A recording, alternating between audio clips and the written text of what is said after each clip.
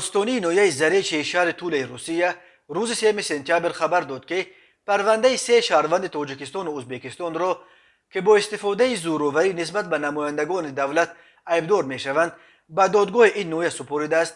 به این 3 نفر بر اساس قسم یکم ماده 318 کودکس جنایی روسیه همچون جزا جریمه به مبلغ تا 200,000 روبل یا کارای اصلاحی به مدت تا 5 سال یا 6 ماه حبس و یا تا 5 سال زندان تهدید میکنند. خود مهاجران دستگیر شده و یا نزدیکان و ادوکات‌های آنها برای شرح قضیه دسترس نیستند، ولی بنا به فرضیه تفتیشات شام 22 ایول سال 2022 این 3 نفر در شهرک اکتیابرسک در حالت مستی قرار داشتند. همسایه ها به پلیس خبر دادند و کارمندان پلیس آمده به آنها ایراد گرفتند که ترتیبات جمعیتی را ویران نکنند و گویا مهاجران از این به خشم آمده با مشت به کارمندان پلیس در افتاده گویا به قفس سینه آنها نه کمتر از 4 مشت زدند. در نتیجه بنا به ادعای تفتیشات کارمندان پلیس آسیب جسمانی برداشتند و بدنشان درمند شده است. معمولا مهاجران به ویژه مهاجران تاجیک در روسیه در یک شرایط پر از محرومیت حقوقی کار دارند.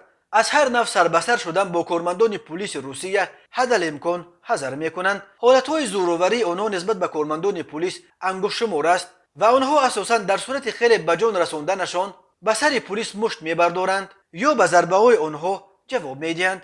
در ماه فوریه سال 2022 مطبوعات روسیه یک باره از 2 مورد حمله مهاجران به پلیس در شهر مسکو خبر داده بودند. بنا به اطلاع کانال مش برای کارمندان آسیب دیده پلیس یاری تاجیلی را دعوت کردند و هر دو را با جراحت‌های از قسمت سر برداشتهشان بستری کردند.